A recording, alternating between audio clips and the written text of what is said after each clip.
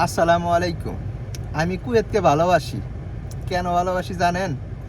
এই দেশের যে নিরাপত্তা, এই দেশের যে আইন কানুন এতটা সুন্দর, আপনি যদি কুয়েত না আসেন আপনি আসলে বুঝতে পারবেন না। ঠিক আছে? আপনি রাস্তাঘাটে রাত 2টা নাই 3টা নাই, আপনি যে কোনো সময় আপনি রাস্তাঘাটে চলাফেরা করেন। ঠিক আছে? আপনাকে কারো ধরার ক্ষমতা নেই। ঠিক আছে? আপনি বলতে পারেন যে কুয়েতের চেয়ে দুবাই তো আরো আইন কানুন। হ্যাঁ, আমি দুবাই যাই নাই, কিন্তু আমি দুবাইটা জানি না। ঠিক আছে? কিন্তু আমি কুয়েতেরটা দেখতেছি বর্তমান প্রেক্ষাপটে। ঠিক আছে? একজন দেখলাম দেশে গেছে, সে ড্রোনের ভিডিও করছে। ঠিক আছে? তার জন্য তাকে দেশে পাঠিয়ে দিয়েছে। সে উচিত কাম করেছে, এটা করার দরকার ছিল তাকে। ঠিক আছে? কারণ সে এই দেশে থাকতেছে, এই দেশে রিজিক সন্ধান করতেছে। সে যদি এই দেশেরই বদনাম করে, এই দেশেরই যদি আপনার বিপরীত দিকে কথা বলে, তাহলে তো অবশ্যই এটা আপনার আইনে আপনি যে কোনো দেশে থাকেন। ঠিক আছে? এটা ন্যায্য।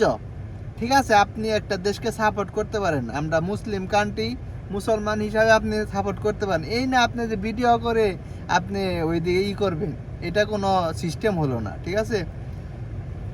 তারপর আপনি আইনে কথা বলেন, এই দেশে আপনি রাস্তাঘাটে চলবেন, আপনাকে এতটা সম্মান দিবে একজন কুয়েতিকে। যেরকম আপনার কুয়েতির চেয়ে আমি মনে করি আমাদেরকে বেশি রেসপেক্ট করে। ঠিক আছে? কারণ আমরা কোনো দুই নাম্বারে কাজ করি না, আমরা কোনো বেজালে যাই না, আমরা কোনো ঝগড়া নাই, কোনো আমরা করি না। তারা জানে যে আমরা এইরকম। ঠিক আছে? যার ফলে আমাদের বেশি রেসপেক্ট করে। বিশেষ করে আমরা যে ডেলিভারি কাজ করি। ঠিক আছে? অনেক ধরেন অনেক চাপ, অনেক পড়ছে, জ্যাম পড়ছে রাস্তায়। ঠিক আছে? যখন কুয়েতির যখন গাড়ি যায়, তাদেরকে এত সুন্দর করে মনে করেন যে তল্লাশি করে, সেটা মনে করেন যে কুয়েত সরকারকে পুলিশদেরকে দেখলে বোঝা যায়। কিন্তু আমাদের কোনো কিন্তু ওই ধরনের কোনো চেক নাই। আমরা এই যে ড্রেস পরছি মানেই আমাদের সব আছে। ঠিক আছে? আমাদের পাসপোর্ট আছে, ঠিক আছে, আমাদের সিভিল আইডি ঠিক আছে, আমাদের যত ধরনের কাগজপত্র দরকার এই গাড়িতে বলেন সব জায়গায় এই তারা জানে এই কাগজপত্র ছাড়া আমরা আসলে সম্ভব হবে না আমাদের এইগুলা কাজ করা। ঠিক আছে? যার ফলে আমাদেরকে রেসপেক্ট করে এবং আমাদেরকে মনে করেন যে আগে যেতে দেয়। ঠিক আছে? আমাদেরকে কখনোই আটকায় না। তো এই কারণে আমি কুয়েত পুলিশকে স্যালুট জানাবো। ঠিক আছে?